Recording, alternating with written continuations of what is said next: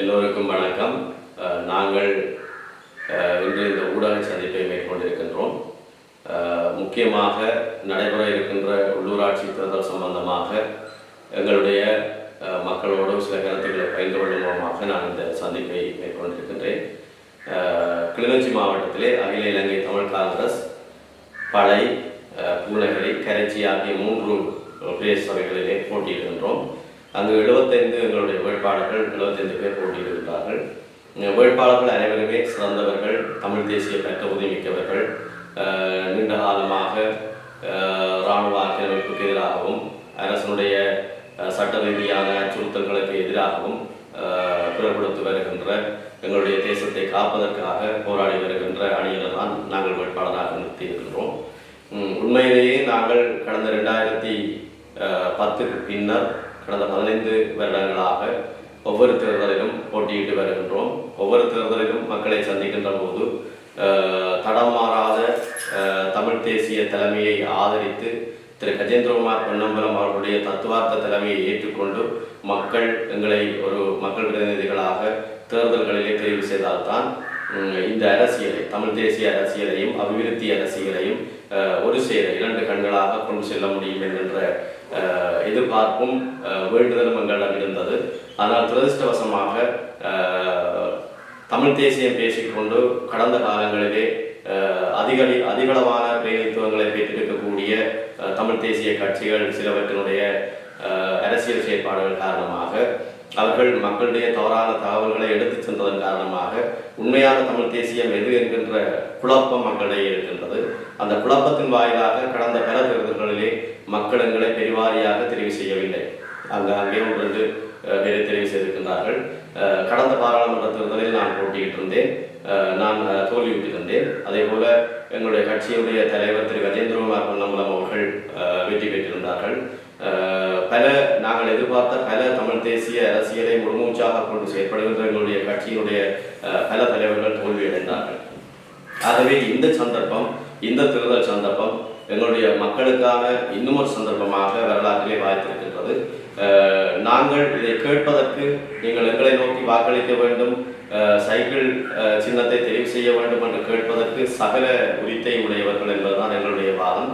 ஏன்னு சொன்னால் கடந்த மீள்குடியேற்றத்திற்கு பின்னர், போருக்கு பின்னர், மீள்குடியேற்றத்திற்கு பின்னர் தொடர்ந்து வருகின்ற இந்த 15 ஆண்டுகளிலே அனைத்து விதமான நில ஆக்கிரமிப்பு போராட்டங்களாக இருந்தாலும் சரி, சட்டவிரோத விகாரிகளுக்கு எதிரான போராட்டங்களாக இருந்தாலும் சரி, மண்மீட்பு போராட்டங்களாக இருந்தாலும் சரி, சட்ட ரீதியான போராட்டங்களிலும் சரி, எல்லா போராட்டங்களிலுமே நாங்கள் மக்களோடு மக்களாக, காணாமல் போன போராட்டங்கள் எல்லாவற்றிலுமே நாங்கள் மக்களோடு மக்களாக நின்று குரல் கொடுத்து வருகின்றோம்.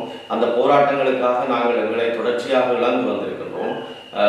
பொருளாதார இழப்புகள், எங்களுடைய ஏனைய வசதிகளை பெருக்குவதற்கான இழப்புகள், பல சவால்கள், சமூகத்தினுடைய பல விதமான நெருக்குதல்கள் போன்ற பல விடயங்களை நாங்கள் எதிர்கொண்டிருக்கின்றோம். ஆனால் நாங்கள் சளைக்காமல் இந்த இலட்சியத்துக்காக, தேச கனவுக்காக, எங்களை இந்த இடத்திலே விட்டு சென்றவர்கள் சுமந்திருக்கக்கூடிய கனவுகளை வென்றெடுப்பதற்காக நாங்கள் போராடி வருகின்றோம்.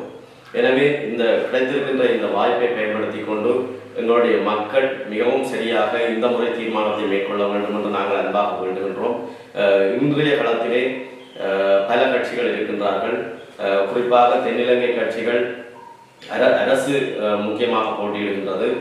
ஜேவிபி என்கின்ற கட்சி தன்னுடைய அரசியல் கூட்டணியான என்பிபி என்கின்ற 80 வரையான தொழிற்சங்கங்கள் இணைந்திருக்கக்கூடிய ஒரு அரசியல் கூட்டை இங்கே நிறுத்தி அவர்கள் தேர்தல் களத்திலே போராடி கொண்டிருக்கிறார்கள்.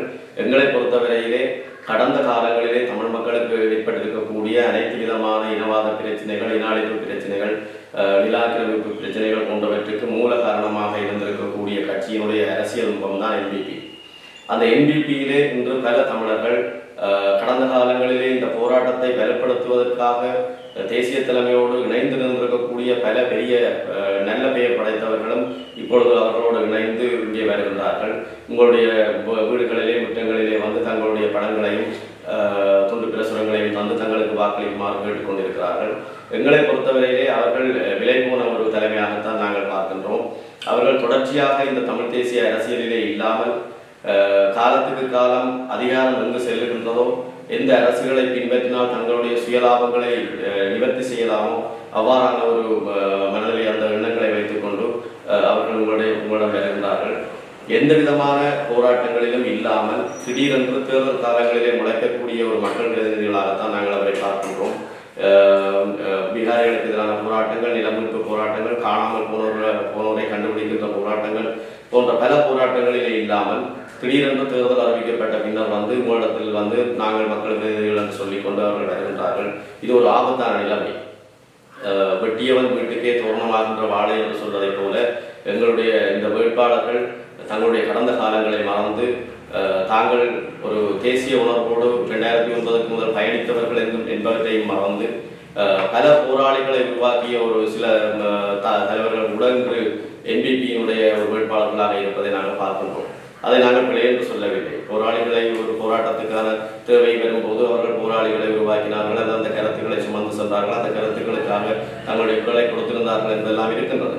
ஆனால் இன்று தங்களுடைய சொந்த லாபத்துக்காக அந்த விஷயங்களை மறந்து அந்த இறந்த ஆன்மாக்கள் அந்த அவர்களுடைய இறப்புக்கு காரணமானவர்கள் தாங்கள் தான் என்பவற்றை கூட மறந்து இன்று இந்த மக்களுக்கு, எங்களுடைய ஏழ்மையான மக்களுக்கு கிடைக்க வேண்டிய ஒரு தேச அடைவையும் சரி பொருளாதாரத்தையும் சரி நிராகரித்து விட்டு இன்று ஒரு அதிகாரம் வந்துவிட்டது என்பதற்காக என்பிபியின் பின்னால் ஓடி சென்று தங்களுடைய சொந்த லாபங்களுக்காக அவர்கள் காவடி கொடுப்பதை நினைக்கும் போது நாங்கள் மிகுந்த மனவேதனை அடைகின்றோம். மக்கள் இவற்றை புரிந்து கொள்வார்கள் என்கின்ற ஒரு முழுமையான நம்பிக்கை விலகி இருக்கின்றது. ஆகவே கடந்த காலங்களிலே பாராளுமன்ற தேர்தலிலும் சரி அல்லது அதற்கு முதல் நடந்த சில தேர்தல்களிலும் சரி வடக்கு கிழக்கிலே குறிப்பாக கிழக்கு மாகாணத்தை சொல்ல முடியாது, வடக்கு மாகாணத்திலே நிகழ்ந்திருக்கக்கூடிய அந்த தவறுகளை மக்கள் இந்த முறை நிவர்த்தி செய்ய வேண்டும். நிவர்த்தி செய்து திரு கஜேந்திரகுமார் பொன்னம்பலம், திரு செல்வராஜா கஜேந்திரன் அவர்கள் வழிநடத்துகின்ற தமிழ் தேசிய மக்கள் முன்னணி அகில இலங்கை தமிழ் காங்கிரசுக்கு முழுமையான ஆதரவை இந்த முறை நீங்கள் வடக்கு கிழக்கு என்றும் குறிப்பாக கிளிநொச்சியில் நான் மாவட்ட வேட்பாளராக பணியாற்றுகின்றேன். கிளிநொச்சியினுடைய வேட்பாளர்கள் நீங்கள் வாக்காளர்களும் வேட்பாளர்களும் ஒருங்கிணைந்து இந்த சாதனையை செய்ய வேண்டும், இந்த வெற்றியை தர வேண்டும். ஏனென்று சொன்னால் கரைச்சி பிரதேச சபை கடந்த 15 வருடங்களாக கரைச்சி பிரதேச சபை, படை பிரதேச சபை, பூநகரி பிரதேச சபை இந்த 3 பிரதேசங்களும் கடந்த 15 வருடங்களாக ஒரே தரப்படம் தான் இருந்து வந்திருக்கின்றனர். எங்களுடைய மக்களை பொறுத்தவரையிலே அவர்கள் குற்றம் சொதியும் சாப்பிடுவதை போல 15 வருஷம் சாப்பிட்டுக் கொண்டிருக்கிறார்கள். மக்கள் தீர்மானிக்க வேண்டும். இந்த அதிகாரத்தை நாங்கள் மாற்றி வழங்கும் போது அந்த இருக்கின்ற பிரதேச சபையினுடைய வளங்களை பயன்படுத்தி ஒரு சிறந்த நிர்வாகத்தை வழிநடத்தக்கூடிய இன்னொரு தரப்பு, புதிதாக சிந்திக்கக்கூடிய, புதிதாக செயலாற்றக்கூடிய, புதிய அதிகாரங்களை உருவாக்கக்கூடிய ஒரு தரப்புக்கு மீண்டும் ஒரு வாய்ப்பை கொடுத்து, மீண்டும் சொல்ல முடியாது, ஒரு வாய்ப்பை கொடுத்து எங்களுக்கு இந்த முறை வெற்றியை தந்தால் கடந்த 15 வருடங்களிலே இருக்கின்ற பின்னடைவுகளை நாங்கள் எவ்வாறு நிவர்த்தி செய்கின்றோம் என்று பார்க்கலாம். மக்களிடையே பொதுவாக ஒரு கருத்து இருக்கின்றது, எல்லா தமிழ் தேசிய கட்சிகளும் ஒரே மாதிரி தானே, அவையற்கு புறக்கணித்தாலும் உங்களையும் அப்படித்தான் புறக்கணிப்போம் என்ற மாதிரியான கருத்துக்கள் இருக்குது. உண்மையில் என்ன மக்கள் எதை விளங்கிக் கொள்ள வேண்டும் என்று சொன்னால், ஒரு கெட்டிக்காரனை, ஒரு மாணவனை பார்ப்பதென்றால் அவரை பரீட்சையில் தான் பார்க்க முடியும். பரீட்சையிலே அவர் வினாத்தாள்களுக்கு விடை எழுதி அது சரியா விடையா என்று தீர்மானிப்பதன் மூலம்தான் அவர் சித்தி அடைந்தாரா இல்லையா என்பதை பார்க்க முடியும். அதே போலத்தான் அதிகாரங்களை வழங்கிய பின்னர் நாங்கள் அதிலே பிழை விட்டிருந்தால், நாங்கள் அதை செய்யாமல் விட்டிருந்தால், அபிவிருத்தியை செய்யாமல் விட்டிருந்தால், உரிமை அரசியலை செய்யாமல் விட்டிருந்தால் அந்த குற்றச்சாட்டுகளை ஏற்றுக்கொள்ளலாம். ஆனால் பிரதேச சபைகளிலே கிளிநொச்சியில் இருக்கின்ற 3 பிரதேச சபைகளிலுமே நாங்கள் கடந்த 15 வருடங்களாக ஆட்சி அமைக்கவில்லை. ஆகவே அந்த பொய்யான தவறான எண்ணங்களை விட்டுவிட்டு அந்த புரிதல்களை ஏற்படுத்தாமல், தவறான புரிதல்களை ஏற்படுத்தாமல் இந்த முறை இந்த வளமையாக வாக்களித்து ஏமாந்து போன தரப்புகளை தோற்கடிக்கும் முகமாக அல்லது அவர்களை ஒரு உரத்திலே இருத்திவிட்டு சிறந்த நிர்வாகத்தை முன்னெடுக்கக்கூடிய ஒரு வாய்ப்பை நீங்கள் எங்களுக்கு வழங்க வேண்டும். அதைவிட இன்னொரு விடயத்தை நான் உங்களோட பகிர்ந்து கொள்ள விரும்புகிறேன். பிரதேச சபைகளை தீர்மானிப்பது என்றால் பாராளுமன்றத்தை தீர்மானிக்க முடியாது. பாராளுமன்றம் என்பது பிரதேச சபைகள் வேறு. பாராளுமன்றத்தினுடைய நிதி என்பது அது பாராளுமன்ற உறுப்பினர்களுக்கு வருகின்ற நிதி. பிரதேச சபையினுடைய நிதி என்பது பிரதேச சபையினுடைய கட்டுப்பாட்டு எல்லைகளுக்குள்ளே இருக்கின்ற பிரதேசங்களிலே தண்ட பணத்தின் மூலம் அல்லது நன்கொடைகள் மூலம் பெறப்படுகின்ற நிதி. ஆகவே பிரதேச சபை என்பது ஒரு சிறிய பாராளுமன்றம் போல இங்கேயே தீர்மானம் எடுத்து இங்கேயே அபிவிருத்திக்குரிய திட்டங்களை முன்மொழிந்து பிரதேச சபையிலேயே அவற்றை நிறைவேற்றி செய்கின்ற ஒரு இடம். ஆகவே நாங்கள் அதிகாரம் இருக்கின்ற அரசுக்கு வாக்களித்தால் தான் இங்கே அபிவிருத்தி வேலைகள் நடக்கும் என்கிற தவறான சிந்தனைகளை மக்கள் வைத்துக் கொள்ளக்கூடாது. இந்த யதார்த்தத்தை புரிந்து கொண்டு பிரதேச சபைகளுக்கு வருகின்ற தண்டப்பணத்தை வைத்துக் கொண்டு அந்த தண்டப்பணத்தினூடாக வேலை திட்டங்களை முன்மொழிந்து அங்கேயே நிறைவேற்றக்கூடிய ஒரு வாய்ப்பு பிரதேச சபைகளிலே இருக்கின்றது. அதனை புரிந்து கொள்ள வேண்டும். கரைச்சி பிரதேச சபையை நான் உதாரணமாக சொல்கின்றேன்.